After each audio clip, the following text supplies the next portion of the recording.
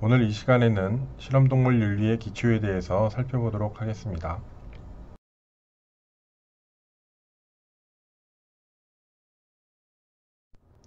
실험동물을 사용해서 의학에 대해서 연구를 한다는 건 우리 인류를 위해서 하는 거겠죠. 그래서 그와 관련을 해서 세계 인구가 어떻게 해서 증가가 됐는지 그 흐름을 좀 살펴보도록 하겠습니다. 인류가 탄생한 건 한 300만 년 전 얘기라고 하네요. 근데 그때는 이제 뭐 먹을 게 이렇게 딱 보관이 돼 있거나 저장이 돼 있는 게 없고, 그다음 너무 덥거나 너무 춥거나 태풍이 오거나 이런 환경도 가혹하고, 그다음 여러 맹수들이 또 있었을 테니까 아주 척박한 환경에서 생존을 하려고 노력을 했을 겁니다.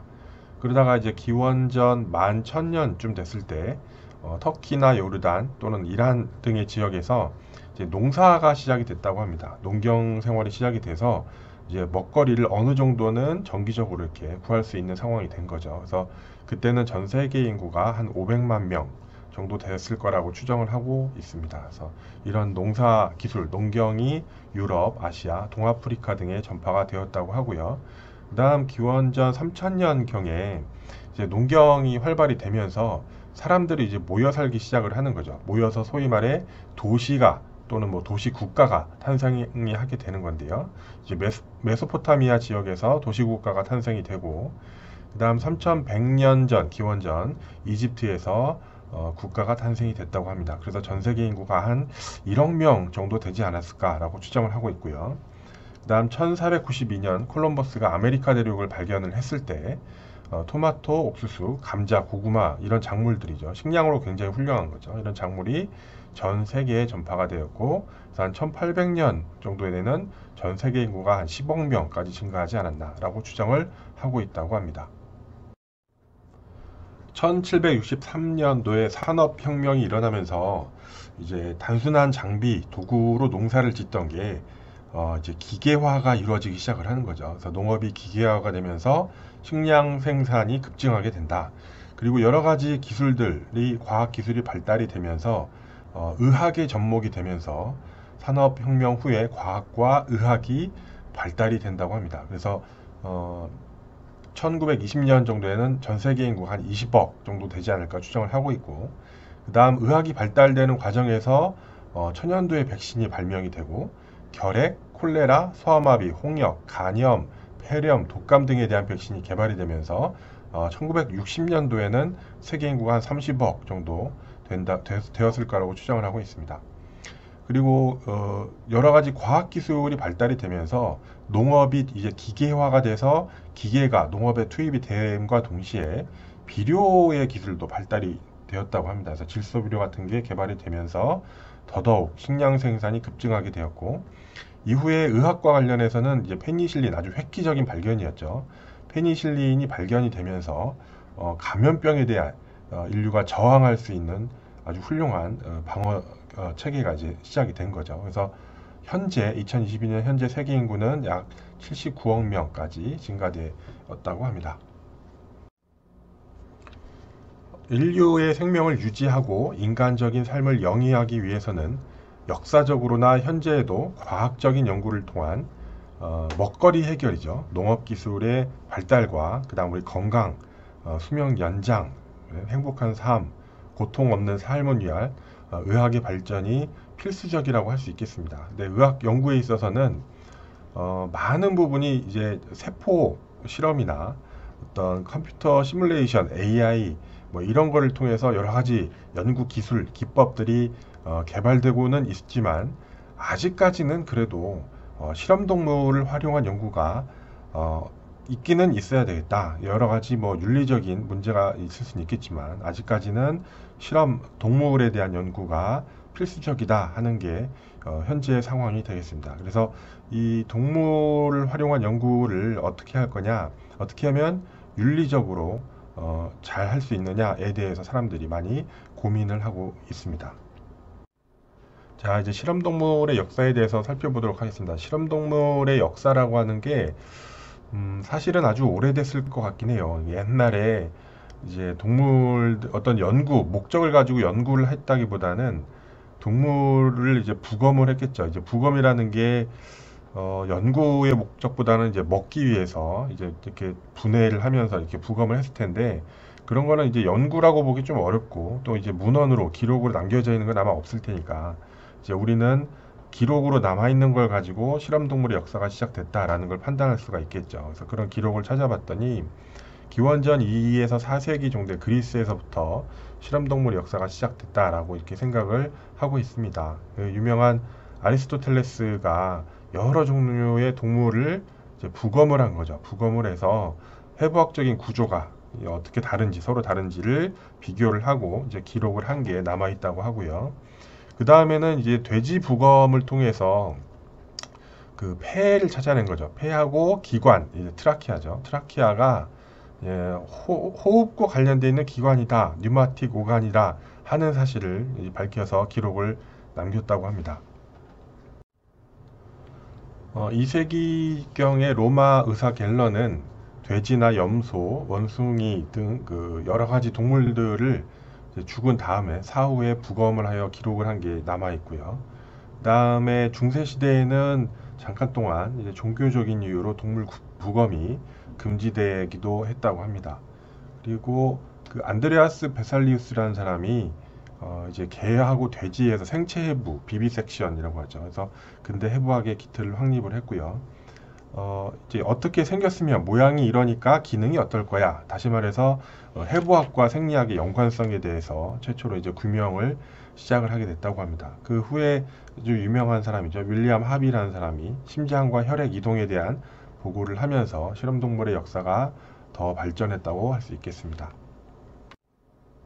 이 그림은 이제 에어 펌프죠. 공기가 이제 공급이 되는데 산소 공급을 해주는데 공기를 공급을 해주는데 그 기계가 제대로 작동하느냐를 알아보기 위해서 새를 쓴 겁니다. 새. 그래서 옛날에 이제 터널이나 이런 데서 공사 같은 거 할 때 아니면 광부들이 이제 할 때 공급이 잘 되느냐 공기가 이런 거를 기계를 새로 만들 때 그게 작동이 되느냐는 걸 검증하는 방법이죠. 근데 이게 무슨 실험이지? 뭐 너무 단순한데 라고 생각하실 수도 있겠지만 1768년도라고 하니까 그때 당시에는 이거 말고 이런 방법 말고는 딱히 방법이 없었겠죠. 어쨌든 옛날부터 이제 실험 동물을 우리 인류를 위해서 많이 활용을 해왔다 하는 기록으로 이해하시면 되겠습니다. 그다음 동물에서 어떤 연구를 해서 그 결과를 보고했던 예를 또 살펴보면 1773년도에 헤일스가 말에서 최초로 혈압을 기록했다라는 게 보고가 된 바 있습니다. 근데 혈압이라고 하는 거는 그 일반적으로는 동맥압을 의미하죠. 그래서 동맥압을 이렇게 측정하는 게 사실 그 옛날에는 쉽지가 않았는데 이 그림에서 보시는 것처럼 말을 이제 마취를 하거나 해서 좀 진정을 시켜서 눕힌 다음에 경동맥에다가 이런 관을 꼽아서 그 관 안에 이제 혈액이 차겠죠. 동맥혈이죠. 동맥이 차면 그게 대기압에 비해서 이렇게 올라가는 거. 그러니까 얼마나 올라갔느냐. 올라간 높이만큼이 동맥압, 혈압이 되겠죠. 그거를 오른쪽에 보이는 이런 것처럼 보고서를 통해서 말에서 동맥압을 측정했던 그 결과 보고가 있습니다. 그리고 이제 유명한 파블로프의 반사죠. 그래서 1890년도에 이반 파블로프라는 사람이 고전적인 조건화, 클래시컬 컨디셔닝이라 그래서 이제 개한테 먹이를 줄 때 같이 어떤 자극을 주는 거죠. 종을 쳤을 때. 근데 이제 이게 학습이 되고 나면 나중에 먹이가 없어도 종만 쳤을 때 이 강아지가 이제 밥을 주는구나라고 이제 착각하게 만드는 거죠. 그래서 침을 막 흘리면서 밥을 기다리게 되는 거죠. 이런 것도 이제 동물 연구죠. 그리고 1922년도에는 이제 강아지에서 인슐린을 분리를 해서 당뇨병 치료하는 데 연구에 활용을 했다라는 기록이 있습니다. 그리고 어떤 새로운 탐험을 할 때 사람이 가기에 너무 위험한 환경일 수 있다라고 하면 동물을 먼저 보는 예가 많이 있죠. 그 중에 하나가 이 라이카라는 강아지인데요. 이제 우주선을 보낼 때 아직 그 사람을 보내기에는 적합하지 않은 상황이었을 때 라이카라는 개를 먼저 태워서 이제 우주로 쏴 보냈고 지구 궤도를 비행한 최초의 동물이다라고 이제 기록이 되어 있습니다. 근데 라이카가 이제 그 이후로는 아마 죽었겠죠. 그래서 뭐 사람이 가기 어려운 탐험하기 어려운데 먼저 동물들을 활용한 예라고 할 수 있겠습니다.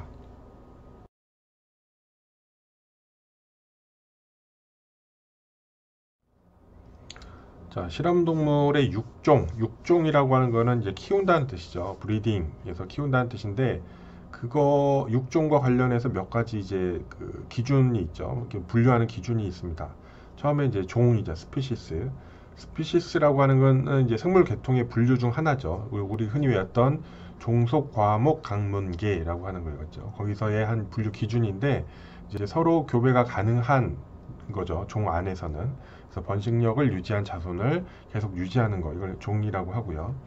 그 다음에 또 이제 약간 혼용해서 쓰는 단어가 이제 브리드하고 스트레인이 있습니다.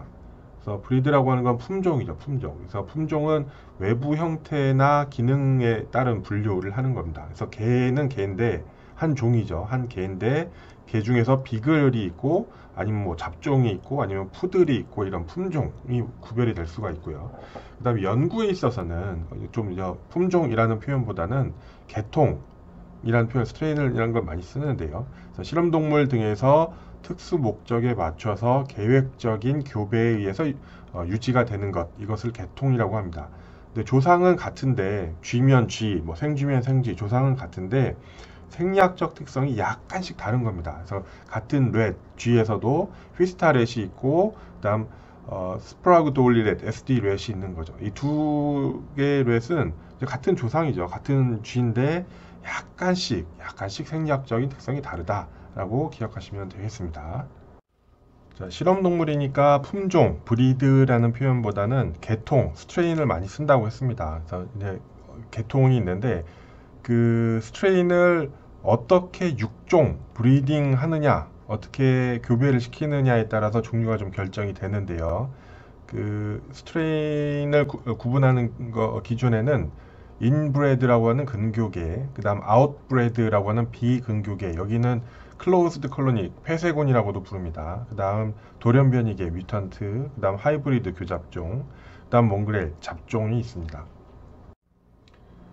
첫 번째로 근교계입니다. 인브레드인데요. 인브레드라고 하는 것은 근친교배, 인브리딩을 장기간 계속해서 동형 접합성, 호모자이고시티를 유지한 군을 말합니다. 보통은 형매 교배를 하는데요. 형매 교배라고 하는 것은 형제 자매끼리 교배를 시키는 거죠. 시스터 브라더 메이팅 또는 시블링 메이팅이라고 하는데 이거를 20세대 이상 연속으로 수행을 하는 겁니다. 그렇게 되면 어떤 쥐든지 간에 그 개체 간의 유전적 차이가 거의 없는 클론 동물로 간주를 할 수가 있습니다. 그래서 마우스에서는 발부시 마우스, 그 다음에 CO17 블랙식스 마우스, CBA, C3H 마우스 등등이 있는 걸로 알려져 있습니다. 비근교계, 아웃브레드 또는 이제 폐쇄군, 클로즈드 콜로니입니다.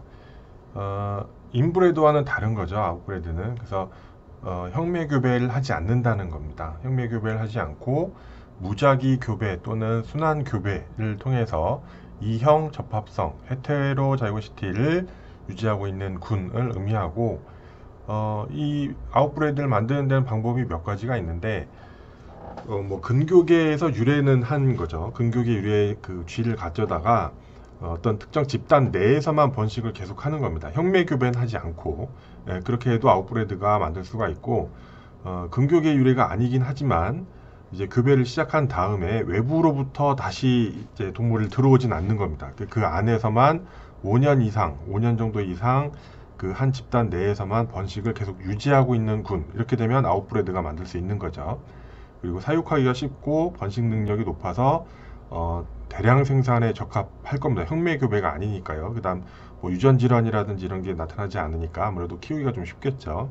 그래서 근교계에 비해서도 좀 저렴한 편이다. 마우스에서는 ICR 마우스, CD온 등이 있고 레트의 경우에는 SD, 그 다음 휘스타렛 뭐 이런 것들이 있다고 합니다.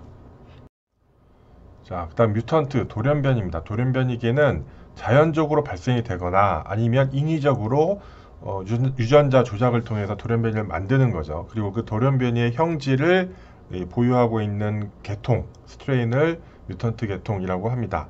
그래서 마우스에서는 뭐 털이 없는 누드 마우스 아니면 뭐 당뇨병 질환 모델 마우스 뭐 이런 것들이 있다고 알려져 있습니다.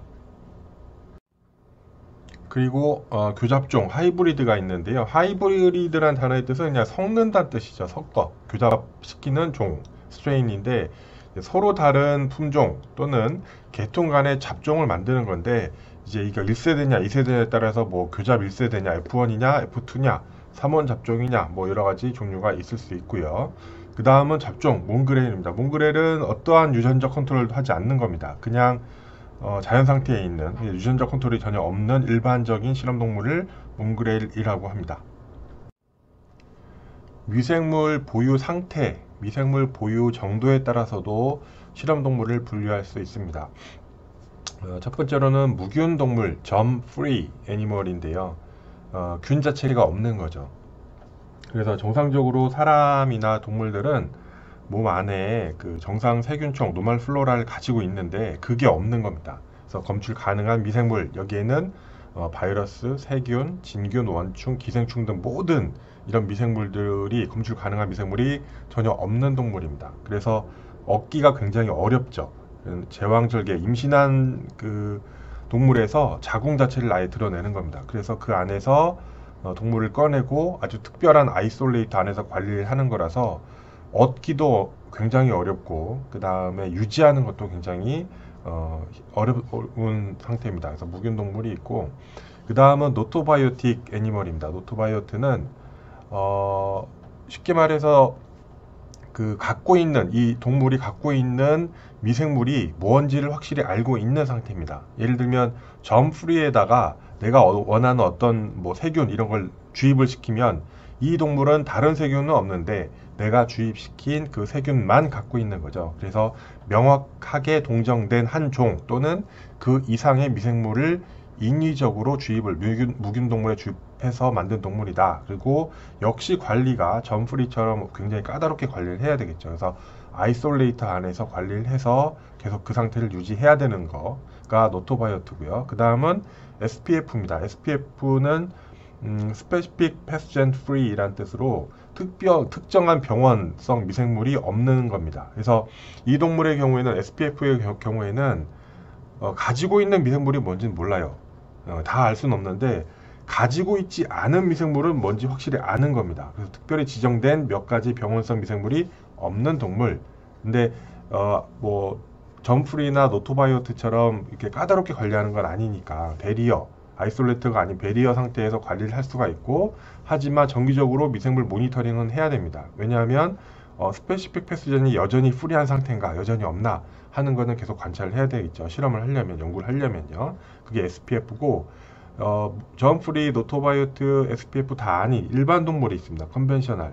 일반 동물은 가지고 있는 미생물을 특정할 수가 없는 거, 그냥 일반적인 환경에서 사육을 하는 겁니다. 일반적인 사육 환경에 관리하는 컨벤셔널이 있다. 그래서 미생물 보유 정도에 따라서는 점프리, 노토바이오트, SPF, 컨벤셔널 이렇게 구분을 할 수 있겠습니다.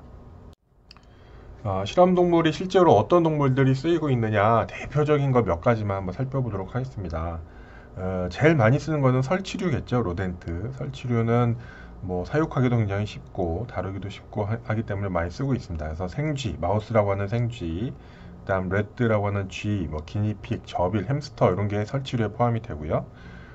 비설치류, 설치류가 아닌 것, 넌 로덴트에도 많이 쓰이고 있죠. 근데 그 대표적으로 토끼가 있습니다. 토끼도 설치류가 아니냐 하실 텐데, 토끼는 따로 독립되어 있는, 설치류한 독립되어 있는 비설치류입니다. 그 다음 개, 고양이, 원숭이, 돼지 이런 게 쓰일 수 있고, 이거 외에도 뭐 여러 가지가 또 있을 수 있는데, 개구리나 닭 또는 어류라고 하는 건 이제 그림에 보시는 것처럼 제브라피쉬 이런 것들을 연구에 많이 사용하고 있습니다. 자, 생쥐, 마우스입니다.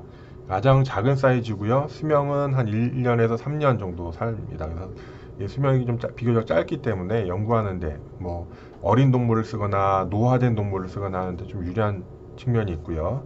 다루기, 핸들링과 사육이 비교적 쉽다. 번식 주기가 빠르고 임신 기간이 약 20일 정도밖에 안 되니까 번식이 굉장히 빠른 편이죠. 그리고 한 번에 6마리부터 12마리까지 출산을 하고 적은 용량의 약물로도 실험이 가능하다는 장점이 있습니다. 여러 논문에서 흔히 볼 수 있는 마우스 계통입니다. 스트레인입니다. 뭐 블랙 마우스죠. C57BL, BL이 이제 블랙, 까맣다는 뜻인데요. 블랙 마우스가 압도적으로 많이 쓰고 있네요. 그다음 발부시, ICR 이제 하얀색이죠. 노드 마우스, C3H, DBA, CBA 등등 여러 종류의 여러 스트레인의 마우스들이 연구에 활용이 되고 있습니다. 이제 연구에 많이 사용되고 있는 마우스 스트레인들입니다. 블랙 6 마우스가 있고요. 이제 특징들, 장점, 연구 활용 목적 이런 것들이 정리가 되어 있는데 블랙 6 마우스의 경우에는 인브레드네요. 인브레드. 까만색이고 브리딩하기가 쉽고 스테이빌리티가 좋다. 그리고 생략적인, 병략적인 여러 가지 연구에 골고루 많이 쓰이고 있다. 발브 C 마우스는 이제 인브레드, 역시 인브레드고요. 금교계, 알비노 이제 하얀색이란 뜻이네요. 브리딩이 쉽고 이제 종양에 대해서 연구하는데 좀 돼 있다. 그다음 시디언 마우스, 스키드 마우스 이런 것들이 알려져 있습니다. 그다음 G입니다. G 레드죠. 수명이 한 3년, 3.5년 정도 되고요. 임신 기간이 한 20일에서 22일. 그다음 새끼는 한 최대한 10마리 정도 출산을 한다고 합니다. 그리고 양리, 대사, 생화학, 영양학적으로 인간과 유사성이 높다고 알려져 있습니다. G는 여러 가지 인간과 유사성이 있기 때문에 연구에 많이 활용이 되는데 또 한 가지 특징을 좀 살펴보면 해부학적인 구조 때문에 구토가 좀 어렵다. 그런 게 좀 특징적이고 그 다음에 편도와 쓸개, 이제 담낭이라고 부르는 쓸개가 없습니다. 아래 사진을 보시면 왼쪽이 G 레드고요. 가운데 있는 사진이 마우스인데 그 네모 박스로 되어 있는 갈블레더, 쓸개가 레드에서는 관찰이 되지 않고 마우스에서는 관찰이 됩니다. 그래서 레드의 특징은 쓸개가 없다. 근데 쓸개가 없다고 해서 뭐 생리학적으로 특별히 문제가 있는 것은 아니고 담관이죠. 바일 덕트가 좀 사이즈가 커서 거기서 이제 담낭, 쓸개의 역할. 쓸개라는 건 담즙을 보관하는 역할이죠. 그러니까 쓸개즙은 간에서 만들고 보관은 쓸개 담낭에서 하는데 이제 담관이 좀 사이즈가 크기 때문에 그게 이제 쓸개의 역할을 대신해서 쓸개가 없더라도 크게 생략적으로 문제가 되거나 다르거나 하지는 않다 하는 거는 기억하시면 되겠습니다. 다음 기니픽입니다. 기니픽은 종류가 또 여러 가지죠. 이렇게 하얀 애도 있고 털 색깔이 이렇게 여러 가지인 경우도 있고 종류가 많습니다. 초식 동물로서 이제 비타민 C 공급이 좀 필요합니다. 그래서 보통 실험할 때 뭐 배추나 또 풀 같은 걸 따로 이렇게 넣어주죠. 그래서 비타민 C 공급을 따로 해줘야 된다. 그리고 히스타민에 대해서 좀 민감한 특징이 있다. 그래서 당뇨병, 알레르기, 백신 연구 등 여러 가지 연구에 활용을 하고 있습니다. 그다음 저빌입니다. 저빌은 이제 모래쥐, 샌드렛이라고도 부르고요. 생쥐하고 쥐의 중간 사이즈 정도 된다. 그리고 굉장히 온순하고 사육이 쉬운 편입니다. 근데 이제 뇌 아래쪽 바닥 쪽에 윌리스고리가 없기 때문에 윌리스고리라고 하는 게 이제 혈액 공급이죠. 뇌로 되는 혈액 공급이 좀 안전장치라고 생각하시면 되겠어요. 그러니까 뇌로 가는 혈액이 공급이 원활치 않을 때는 윌리스고리에서 코라테랄 서큘레이션, 부행순환 때문에 이제 갈 수가 있는데 이 윌리스고리가 없기 때문에 뇌로 향하는 혈액 공급이 좀 제한적이라는 거죠. 작다는 거죠. 그래서 경동맥 같은 거가 차단이 되면 뇌 혈액 공급이 차단이 됩니다. 그래서 뇌혈관, 혈관성 치매, 스트로크 이런 거 관련 질환 연구에 저비를 활발하게 사용하고 있습니다.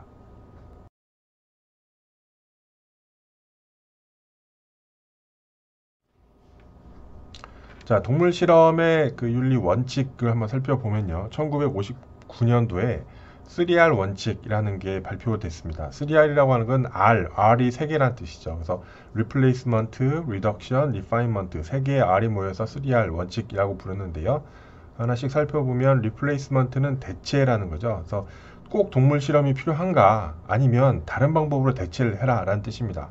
동물 실험을 피해서 좀 더 통증이나 고통을 느끼지 못하는 하등 동물이나 아니면 세포, 배양한 세포나 아니면 그것도 아니면 컴퓨터 시뮬레이션, AI, 인공지능 등으로 대체를 해서 실험할 수 있느냐 해서 가능하면 다른 방법으로 대체를 해라. 동물 실험을 하지 마라 라는 뜻이고요. 그다음 리덕션, 감소입니다.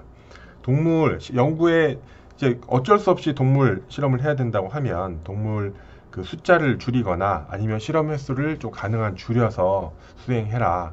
그리고 그래서 희생되는 아니면 연구에 사용되는 동물의 숫자를 많이 줄여라. 아니면 이왕의 동물 실험을 할 거면 최대한 많은 데이터를 얻어내서 최소한 실험에서 최대한 데이터를 많이 얻어내라 하는 게 리덕션이라는 뜻이고요. 리파인먼트는 개선하는 거죠. 연구 방법을 좀 개선해라.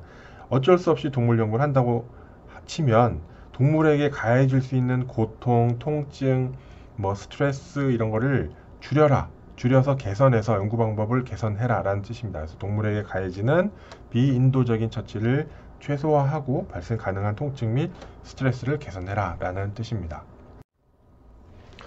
자, 2003년도에는 동물 실험의 윤리 원칙 3R에서 두 가지가 더 추가가 됩니다. 그래서 R이 두 개가 추가돼서 5R principle, 5R 원칙이죠. 3R이라고 하는 거는 replacement, reduction and refinement라고 했죠. 근데 여기에다가 relevance하고 redundancy, avoidance 두 가지가 추가가 됩니다. relevance, 타당성이라고 하는 거는 동물 실험을 할 때 목적을 명확하게 하라는 겁니다. 왜 이 실험을 해야 하는지 당위성, 타당성을 반드시 검증하라는 뜻이죠. 그래서 동물 실험의 목적이 중요한 과학적, 사회적 의미를 반드시 지향해야 하며 실험을 통해 인간과 동물에게 주어지는 이익이 위험과 피해보다는 현저하게 커야 한다, 반드시 필요하다 하는 것을 명확하게 해야 한다는 겁니다.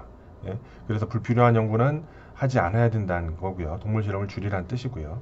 그다음 리던던시 어보이던스는 중복 실험을 방지하라는 겁니다. 이 실험이 정말 꼭 해야만 하는가? 과학적인 진보, 발전을 위해서 이 실험이 꼭 필요한가? 혹은 예전에 이 실험, 비슷한 연구가 있었지 않았느냐 하는 것을 다시 한번 철저하게 검증하라는 뜻이죠. 그래서 사전 문헌 조사 등을 통해서 이 동물 실험이 꼭 필요한지 확인하는 등 중복 실험을 최소화하려는 노력이 반드시 있었는가라는 것을 검증하라는 뜻입니다. 이렇게 해서 5R 프린시플이 동물 실험의 기본적인 중요한 윤리 원칙이 되겠습니다. 연구 윤리를 잘 지키기 위해서 제도적인 장치가 마련이 되어 있죠. 그래서 동물실험윤리위원회 IACUC, ICOOC이라고도 부르는데요. Institutional Animal Care and Use Committee. 그러니까 어떤 기관, 우리로 치면 충남대학교가 되겠죠. 연구소나 대학, 어떤 연구의 주체가 되는 기관에서 동물의 사용과 어떤 편의를 위한 위원회가 있어서 잘 검토가 되고 있느냐 하는 거죠. 그래서 충남대학교도 역시 마찬가지로 동물실험윤리위원회가 있습니다. ICOOC이 있죠. 동물을 활용하는 연구기관에 설치되어 있으며 실험과 연구, 교육의 목적으로 사용하는 동물을 인도적, 과학적으로 사용하고 관리하는지 심의하는 기구다. ICOOC이요. 그래서 해당 분야의 박사급 전문가, 그다음 동물보호민간단체에서 추천한 추천인, 그리고 수의사 등으로 구성이 돼서 최대 한 15명 정도로 구성이 되고 있습니다. 그 다음 실험계획서를 검토 후 승인 또는 보완 요구를 할 수 있고, 아니면 승인을 내리지 않으면 동물 실험을 할 수가 없죠. 그 다음 정기적인 동물 사육과 연구 환경의 검토 등의 업무를 수행을 하고 있습니다. 그리고 동물 실험 윤리는 아닌데 이제 사람에서의 윤리이죠. 근데 이제 역시 연구 윤리를 위해서는 필요한 제도적 장치라고 할 수 있겠습니다. 기관생명윤리위원회 IRB, Institutional Review Board죠. 그래서 충남대학교 병원 내에 설치가 되어 있습니다. 그래서 인간과 인체 유래물 등을 대상으로 하는 모든 연구 계획에 대해서 연구 계획서와 연구자, 연구 방법, 연구 도구 또는 연구 대상자 동의서 등을 심의해서 승인, 조건부 승인, 보완, 반려 또는 승인되었지만 그 이후에 뭐가 잘못된 게 발견이 되면 연구를 중지 또는 보류를 결정할 수 있는 기관이 있습니다. 이렇게 해서 크게 대표적으로 ICOOC 또는 IRB 등이 연구 윤리를 위한 대표적인 제도적 장치라고 할 수 있겠습니다. 의학적인 어떤 연구를 위해서 동물 실험은 아직까지 어쩔 수 없이 활용되는 부분이 있다고 말씀을 드렸는데요. 이제 꼭 필수적인 게 아닌, 그러니까 사람의 생명과 어떤 이런 거를 위한 연구가 아닌 거에 대해서는 동물 연구가 이제 서서히 금지되고 있는 세계적인 추세가 있습니다. 대표적으로 이제 화장품이 있는데요. 화장품 개발을 위해서 예전에는 독성 테스트라든지 이런 거를 동물을 활용해서 했는데 그게 과연 필수적이냐 하는 의문이 들었고, 그래서 꼭 그렇지 않다. 피부 독성 실험이나 이런 거를 여러 가지 다른 방법, 세포 실험이나 다른 방법을 통해서 할 수 있다, 해결할 수 있다라는 거죠. 그래서 세계적으로 이제 화장품 개발을 위한 동물 실험이 금지된 지역이 점점 늘어나고 있습니다. 이 그림에서 짙은 초록색으로 되어 있는 곳이 화장품 개발을 위한 동물 실험이 금지 법안이 통과된 곳입니다. 여기 한국도 있죠. 한국도 2017년도에 법안이 통과돼서 현재 화장품 개발을 위한 동물 실험이 금지돼 있고, 그리고 화장품 개발을 위해서 동물 실험이 사용됐던 화장품, 그렇게 해서 개발된 화장품의 판매도 금지가 되어 있습니다. 한국도요. 그리고 이제 초록색 점선으로 되어 있는 것이 이제 법안을 검토하거나 준비 중인 곳입니다. 그래서 미국도 이제 주별로 좀 다른데요. 일리노이나 네바다, 캘리포니아는 법안이 통과돼서 화장품 개발을 위한 동물 실험이 완전히 금지가 됐는데, 나머지 주나 캐나다 이런 지역은 이제 법안에 대해서 검토 중인 곳이고, 유럽도 대부분 다 이제 금지가 돼 있고요. 브라질, 남미에서는 브라질에서 많이 금지가 돼 있고, 다음 호주나 뉴질랜드, 인도, 대만, 한국 요 정도가 이제 동물 실험이 금지된 지역으로 지정되어 있습니다.